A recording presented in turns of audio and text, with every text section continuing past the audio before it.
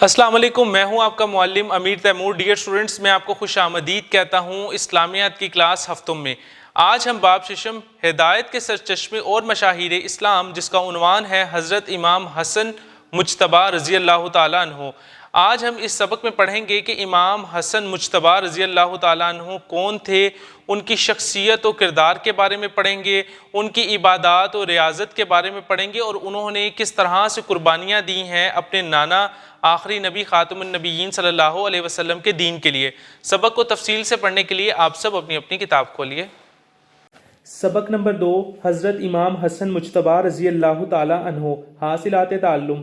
اس سبق کو پڑھنے کے بعد طلبہ اس قابل ہو جائیں گے کہ وہ حضرت امام حسن مجتبی رضی اللہ تعالیٰ عنہ کے حالات زندگی جان سکیں، آپ رضی اللہ تعالیٰ عنہ کی سیرت و کردار سے واقف ہو سکیں، آپ رضی اللہ تعالیٰ عنہ کی صفات، عبادت و ریاضت، مصالحت اور سیاسی تدبر کے روشن پہلوؤں سے آگاہی حاصل کر سکیں، رسول اللہ خاتم النبیین صلی اللہ علیہ وسلم کی حضرت امام حسن رضی اللہ تعالیٰ عنہ سے محبت کو جان کر اس سے سبق حاصل کر سکیں۔ حضرت امام حسن رضی اللہ تعالیٰ عنہ کی دین اسلام خصوصاً قیام امن کے لیے حکمت عملی اور خدمات کو سمجھ کر ان کی سیرت کو اپنی عملی زندگی کا حصہ بنا سکیں۔ حضرت امام حسن مجتبی رضی اللہ تعالیٰ عنہ کی ولادت 15 رمضان 3 ہجری کو مدینہ منورہ میں ہوئی۔ آپ رضی اللہ تعالیٰ عنہ رسول اللہ خاتم النبیین صلی اللہ علیہ وسلم کے نواسے، خلیفہ چہارم حضرت علی بن ابی طالب رضی اللہ تعالیٰ عنہ اور حضرت فاطمہ الزہرا رضی اللہ تعالیٰ عنہ کے بڑے صاحبزادے ہیں۔ اللہ تعالیٰ نے آپ رضی اللہ تعالیٰ عنہ کو ایسے گھرانے میں پیدا ہونے کا شرف بخشا جو نزول وحی اور فرشتوں کی آمد گاہ تھا۔ وہ گھرانہ جس کی پاکیزگی اور طہارت کے متعلق قرآن مجید نے ان الفاظ میں گواہی دی ہے۔ ارشاد باری تعالیٰ ہے، انما یرید اللہ لیذہب عنکم الرجس اہل البیت ویطہرکم تطہیرا۔ ترجمہ، بے شک اللہ یہی چاہتا ہے کہ تم سے ہر قسم کی ناپاکی دور کر دے اے نبی خاتم النبیین صلی اللہ علیہ وسلم کے اہل بیت، اور تمہیں خوب اچھی طرح پاکیزگی عطا فرمائے۔ ولادت کے بعد جب آپ رضی اللہ تعالیٰ عنہ کو نبی کریم خاتم النبیین صلی اللہ علیہ وسلم کی خدمت اقدس میں پیش کیا گیا تو آپ خاتم النبیین صلی اللہ علیہ وسلم نہایت خوش ہوئے۔ آپ خاتم النبیین صلی اللہ علیہ وسلم نے حضرت حسن رضی اللہ تعالیٰ عنہ کو گود میں لے کر دائیں کان میں اذان اور بائیں کان میں اقامت کہی، گھٹی دی اور آپ رضی اللہ تعالیٰ عنہ کا نام حسن رکھا۔ اس کے بعد نبی کریم خاتم النبیین صلی اللہ علیہ وسلم نے آپ رضی اللہ تعالیٰ عنہ کے لیے دعا فرمائی۔ آپ رضی اللہ تعالیٰ عنہ کی ولادت کے 7ویں دن خود نبی کریم خاتم النبیین صلی اللہ علیہ وسلم نے اپنے دست مبارک سے عقیقہ فرمایا اور 2 مینڈھوں کی قربانی کر کے سر کے بال منڈوا کر ان کے ہم وزن چاندی صدقہ کی۔ آپ خاتم النبیین صلی اللہ علیہ وسلم نے بڑے ناز و نام سے حضرت حسن رضی اللہ تعالیٰ عنہ کی پرورش فرمائی۔ آپ خاتم النبیین صلی اللہ علیہ وسلم حضرت حسن رضی اللہ تعالیٰ عنہ کی ادنا تکلیف پر بھی بے قرار ہو جاتے، ان کو دیکھنے کے لیے روزانہ حضرت فاطمہ رضی اللہ تعالیٰ عنہ کے گھر تشریف لے جاتے تھے۔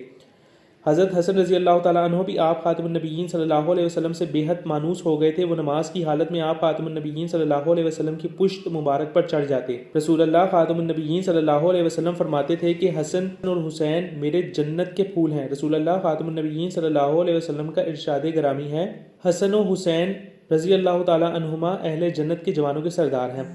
آپ رضی اللہ تعالیٰ عنہ 8 سال کے تھے کہ آپ رضی اللہ تعالیٰ عنہ کو رسول اللہ خاتم النبیین صلی اللہ علیہ وسلم کی رحلت کا صدمہ برداشت کرنا پڑا۔ آپ رضی اللہ تعالیٰ عنہ غرباء فقراء کا خاص خیال رکھتے تھے اور ان کی مدد کیا کرتے تھے۔ آپ رضی اللہ تعالیٰ عنہ غلاموں کے ساتھ حسن سلوک کے ساتھ پیش آتے اور ان کے ساتھ بیٹھ کر کھانا کھاتے۔ آپ رضی اللہ تعالیٰ عنہ سخاوت میں اتنے مشہور ہو گئے تھے کہ بہت سے لوگ آپ رضی اللہ تعالیٰ عنہ کے دسترخوان پر کھانا کھانے کے لیے آتے۔ آپ رضی اللہ تعالیٰ عنہ حد درجہ خوش اخلاق تھے، اپنا کام چھوڑ کر دوسروں کی حاجت پوری فرمایا کرتے تھے۔ ایک مرتبہ ایک شخص حضرت امام حسن رضی اللہ تعالیٰ عنہ کے پاس اپنی حاجت لے کر پہنچا۔ اتفاق سے آپ رضی اللہ تعالیٰ عنہ معتکف تھے، مگر آپ رضی اللہ تعالیٰ عنہ نے اعتکاف سے نکل کر اس شخص کی حاجت پوری کر دی۔ آپ رضی اللہ تعالیٰ عنہ نے فرمایا، خدا کی راہ میں کسی بھائی کی حاجت پوری کر دینا میرے نزدیک 1 مہینے کے اعتکاف سے بہتر ہے۔ ڈیئر اسٹوڈنٹس، یہاں پر میں ایک بات واضح کرتا چلوں کہ اس بات سے ہمیں یہ معلوم ہوتا ہے کہ کسی مسلمان بھائی کی حاجت پوری کر دینا، اس کی مدد کر دینا، اس کی مشکل دور کر دینا، وہ رمضان کے اعتکاف سے بھی بہتر ہے۔ ایک دفعہ حضرت امام حسن، حضرت امام حسین اور حضرت عبداللہ بن جعفر رضی اللہ تعالیٰ عنہ مدینہ منورہ سے حج کی ادائیگی کے لیے مکہ مکرمہ جا رہے۔ راستے میں ایک خاتون کا گھر تھا، یہ حضرات اس خاتون کے گھر گئے۔ اس نے ان کو بکری کا دودھ پلایا۔ ان حضرات نے خاتون سے پوچھا کہ کیا گھر میں کھانے کے لیے کچھ ہے؟ اس خاتون نے کہا میرے پاس اس بکری کے سوا کچھ نہیں، اسے ذبح کیجیے اور تناول فرمائیے۔ چنانچہ اس بکری کو ذبح کر کے پکایا گیا اور سب نے سیر ہو کر کھایا۔ اس کے بعد ان حضرات نے اس خاتون سے کہا ہم قریش سے ہیں، تم مدینہ منورہ آنا، ہم تمہیں کچھ دیں گے۔ ان حضرات کے چلے جانے کے بعد اس خاتون کا شوہر گھر آیا اور کہنے لگا تم نے بکری ایسے اجنبیوں کے لیے ذبح کر دی جن کو تم جانتی بھی نہیں۔ کچھ عرصے کے بعد خاتون اور اس کا خاوند محتاجی کی حالت میں مدینہ منورہ آئے اور محنت مزدوری کر کے گزر بسر کرنے لگے۔ اتفاق سے اس خاتون کا گزر حضرت حسن رضی اللہ تعالیٰ عنہ کے گھر کی طرف سے ہوا۔ اس خاتون نے حضرت حسن رضی اللہ تعالیٰ عنہ کو نہیں پہچانا، لیکن حضرت حسن رضی اللہ تعالیٰ عنہ نے اس خاتون کو پہچان کر فرمایا اے خاتون کیا تم مجھے جانتی ہے؟ اس نے کہا نہیں۔ حضرت حسن رضی اللہ تعالیٰ عنہ نے فرمایا میں تیرا فلاں مہمان ہوں جس کی تو نے بکری کے دودھ اور گوشت سے مہمان نوازی کی تھی۔ پھر حضرت حسن رضی اللہ تعالیٰ عنہ نے اس خاتون کو 1000 بکریاں اور 1000 اشرفیاں دے کر حضرت امام حسین رضی اللہ تعالیٰ عنہ کے پاس بھیجا۔ انہوں نے اس خاتون کو 1000 بکریاں اور 1000 اشرفیاں دے کر حضرت عبداللہ بن جعفر رضی اللہ تعالیٰ عنہ کے پاس بھیجا۔ انہوں نے اس خاتون کو 2000 بکریاں اور 2000 اشرفیاں دی۔ اس طرح وہ خاتون اس کا شوہر محتاجی سے بچ کر خوشحال ہو گئے۔ آپ رضی اللہ تعالیٰ عنہ بہت بہادر تھے اور اپنے والد گرامی حضرت علی بن ابی طالب رضی اللہ تعالیٰ عنہ کے ساتھ جنگوں میں شریک ہوتے تھے۔ حضرت علی رضی اللہ تعالیٰ عنہ کی شہادت کے بعد جب حضرت امام حسن رضی اللہ تعالیٰ عنہ کو امیر المؤمنین بنایا گیا تو حامیوں کی بہت بڑی تعداد آپ رضی اللہ تعالیٰ عنہ کے ساتھ تھی، لیکن 6 ماہ امیر المؤمنین رہنے کے بعد آپ رضی اللہ تعالیٰ عنہ نے حضرت امیر معاویہ رضی اللہ تعالیٰ عنہ سے صلح فرما لی اور خود خلافت سے دستبردار ہو گئے۔ اس موقع پر آپ رضی اللہ تعالیٰ عنہ نے اللہ تعالیٰ کی حمد و ثنا اور رسول اللہ خاتم النبیین صلی اللہ علیہ وسلم پر درود شریف پڑھنے کے بعد خطبہ ارشاد فرمایا اے لوگو سب سے بڑی عقل مندی تقوی اور پرہیزگاری ہے اور سب سے بڑی حماقت فسق و فجور ہے۔ یہ بات آپ لوگوں کو اچھی طرح معلوم ہے کہ میرے نانا جان رسول اللہ خاتم النبیین صلی اللہ علیہ وسلم کے ذریعے سے اللہ تعالیٰ نے آپ سب کو ہدایت سے نوازا، گمراہی اور ضلالت سے نکالا، ذلت کے بعد عزت سے نوازا اور اہل ایمان کی قلت کو کثرت میں بدل دیا۔ حضرت حسن رضی اللہ تعالیٰ عنہ شکل و صورت میں رسول اللہ خاتم النبیین صلی اللہ علیہ وسلم سے بہت مشابہت رکھتے تھے۔ یہ مشابہت صرف جسمانی اعضاء تک محدود نہ تھی بلکہ آپ رضی اللہ تعالیٰ عنہ کی ذات عادات کے لحاظ سے بھی اسوہ نبوی خاتم النبیین صلی اللہ علیہ وسلم کا نمونہ تھی۔ عبادت الہی آپ رضی اللہ تعالیٰ عنہ کا محبوب ترین مشغلہ تھا۔ دن کا بڑا حصہ آپ رضی اللہ تعالیٰ عنہ عبادت میں گزارتے۔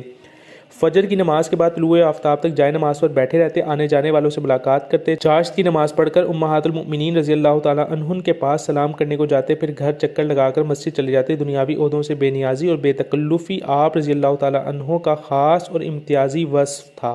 آپ رضی اللہ تعالیٰ عنہ نے 28 صفر المظفر 50 ہجری کو جام شہادت نوش کیا۔ آپ رضی اللہ تعالیٰ عنہ کو جنت البقیع میں دفن کیا گیا۔ ڈیئر اسٹوڈنٹس، آج ہم نے اس سبق کو تفصیلاً پڑھا۔ اس سبق میں ہم نے پڑھا کہ امام حسن رضی اللہ تعالیٰ عنہ کون تھے، کس طرح سے انہوں نے قیام امن کے لیے قربانیاں اپنی دیں، اپنے نانا کے دین کو، ہمارے آخری نبی خاتم النبیین صلی اللہ علیہ وسلم کے دین کو کس طرح سے بچایا، کس طرح سے قربانیاں دیں۔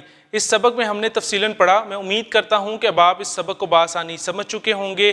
ملتے ہیں ایک نئی ویڈیو میں ایک نئے سبق کے ساتھ، تب تک اپنا بہت سا خیال رکھیں۔ اللہ حافظ۔